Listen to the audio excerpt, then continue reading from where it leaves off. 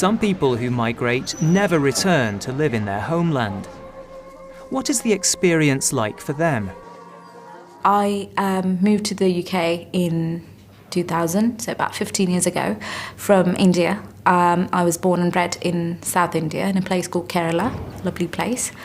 I came here to do my degree, and my grandmother lived on her own here, so to live with her as well. When I was doing my degree, the first year or so, when you're sort of integrating yourself and learning more about the culture and all that, trying to understand the accents, I did feel a little bit foreign because in my first assignment, I did law degree, first assignment was to watch a trial in a courtroom, and the guy had an Irish accent and I had to take notes. I came out with a blank page and I was like, I don't have anything.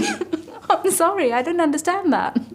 Indian culture is very conservative in the sense that you don't have as much freedom of expression. Everything is set in their ways and there is a certain path you follow. So you go to school, you go to university, you get a degree, you get a job, then you do your master's, then it's all like that. That's the way it is. Most people do, and you kind of tend to fall into it. Whereas what I found here was people were not afraid to choose a slightly different path. Okay, what if I don't do a degree? It doesn't matter. I can go and work for 5 years and then go back into education, say 15 years later. It doesn't matter when you do it. When I came to do my degree, my plan was always to go back in 4 years' time and, get a good job and settle where my parents are, because they were back in India. And then I got married after a while. Not straight after, that would not be good. I got a job here in London. So I started working, and then I met somebody, and then he happened to be from here, and we got married, and the rest is history now. It's very hard when you're living in a different country, and if you have a different set of values and culture you grew up with, to keep it intact, it's very difficult. But I do strive to do that in terms of, like, in Indian culture, the family structure is family is very important. I'm sure family is important for everyone, but when your parents age, it's considered your responsibility to look after them. And I think that's a nice sort of thing to keep. And there are elements like that that I do miss sometimes. I don't get to do as much as I would like to. But I do as much as I can. I try to think about it in my everyday actions and try to sort of bring it into my life. I do still think of India as home. I think that's because 16 years is a long time, and where you grew up, where you have your childhood, all that kind of comes to be the home. So I do think of it as home, although if I'm away from here for more than 2 weeks, I get homesick. So I can say I have two homes, maybe.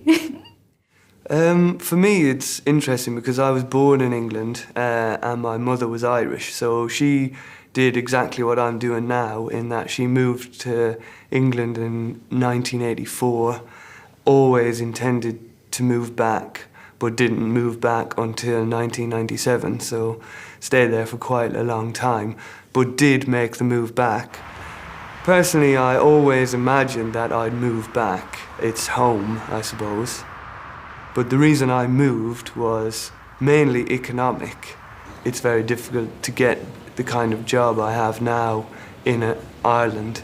So the reality is that Ireland can't offer the same variety that a bigger country can offer.